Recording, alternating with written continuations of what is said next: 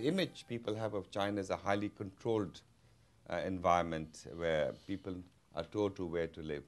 But if you look at it historically, China is probably, at this point, Chinese people, citizens, probably been the freest they have ever been in their entire history.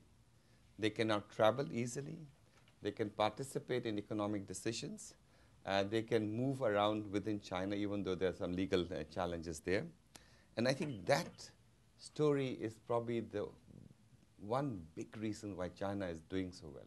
We need, first of all, to move from different programs to a good policy, long-term policy. We do not have long-term policy.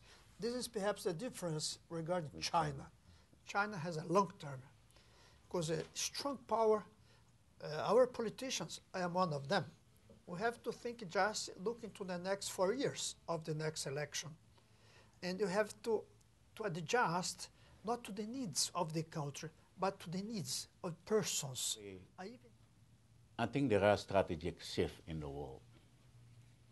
If you look at the history, in the 15th, 16th century, the largest economy is China and India. Then come the Industrial Revolution, in which then the British ruled the world.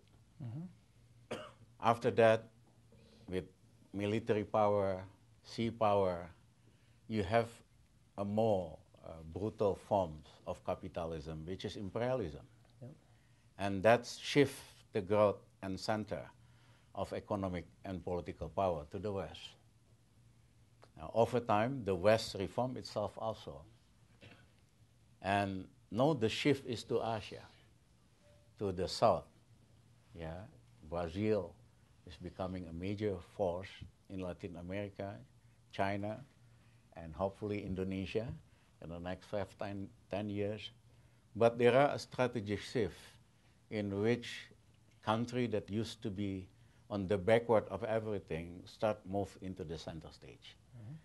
And this strategic shift is going to affect power relation, is going to shift also industrial capacity and innovation.